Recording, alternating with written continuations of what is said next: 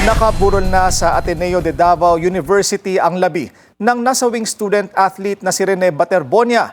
Sa loob ng ilang araw, bibigyan ng pagkakataon ang publiko na magbigay pugay sa namayapang basketballista.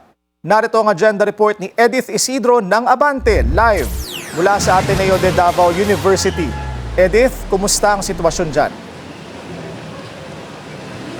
Willard, mula bata hanggang matanda, patuloy na nagsidatingan para makita lang ang kanilang idolo na si Rene Clark Baterbonia. Patuloy din ang pagsagawa ng isang press conference with Coach Jess Evangelio at Manager Pio Mr. Eusebio kasama sa panawagan na sana magkita na sila si Coach Tab o magpakita na si Coach Tab sa pamilya para magkaroon ng peace ang pamilya at masagot na ang katanungan ayon kay Coach Jess na ihatid na sa Lunes ang labi ni Rene Baterbonia sa kanyang hometown at ito ay ilibing sa Hunyo 24. Maga pa lang simula ng magsidatingan ang mga nakiramay dito sa may gate ng Ateneo Senior High Matina. Narito na kasi sa Ateneo de Davao ang labi ng yumaong student-athlete na si Rene Baterbonia. Bantay sarado dito ang pulisya at grupo ng SWAT team para tiyakin ang kaayusan. Una nang nagpalabas ng advisory ang pamunuan ng universidad na inaanyayahan ang komunidad na makiisa sa pagpupugay at paggunita kay Baterbonia. Ginanap ang public viewing sa Christ Daying Chapel, Ado Senior High, Bangkal, campus mula ngayong araw. May nakatakdang huli mass at eulogy speeches bilang pag-alala sa yumaong basketballista. Layunin ng mga aktibidad na magbigay ng pagkakataon sa Ateneo community na magsama-sama sa pagbabahagi ng alaala, lakas at pag-asa habang ginugunita ang buhay ni Rene. Nakausap natin ang ilan sa mga tagahanga ni Baterbonia tulad ni Giovanni Manumpay na taga Samal Island. Anya, gusto niyang makita sa huling pagkakataon ang kanyang idolo. Hindi ko po siya kaano-ano po, pero fans ko po siya. Kasi ang galing-galing niya sa basketball player maging MVP pa siya sa 2025 yung Dabra po.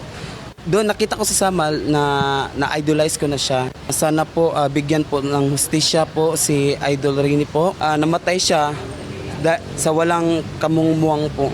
Pumunta rin dito si Kane Isaac, isang senior high sa Kalinan, Davao City. Gusto ko makita si Rene kasi siya yung hinangaan ko sa pagbabasketball. Gabi ang suportan niya sa kanyang pamilya. Diyan ako mabilib sa kanya. Sana maabot yung hustisya. Pareho ang panawagan nila na sana makamtan ng kanilang idolo o Idol Rene ang hustisya at mapanagot ang may sala. Tatagal hanggang Linggo, Hunyo 14, ang labi ni Rene dito sa Ateneo Senior High Chapel. Yan po ang kaganatan mula po dito sa Ateneo Senior High School, Bangkal, Davao City.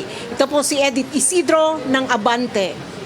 Edith, gaya ng nabanggit mo ay nagpa-presscon si Coach Jess Evangelio na dating coach ni Rene Baterbonia. Ano pa ang sinabi niya? May nabanggit ba siya tungkol sa investigasyon?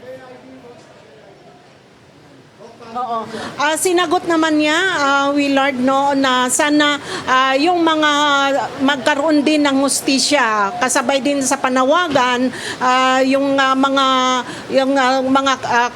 kamag-anak at pamilya ni Rene Baterbonia. Maraming salamat sa iyo. Edith Isidro, live mula sa Ateneo de Davao University.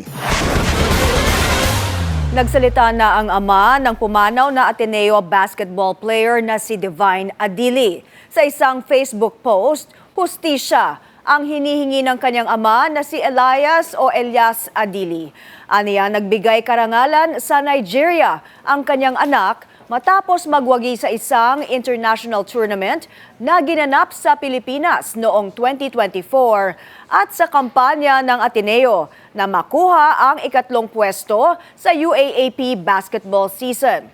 matindi ang pagluluksa ng kanyang pamilya sa biglaang pagpanaw ng atleta.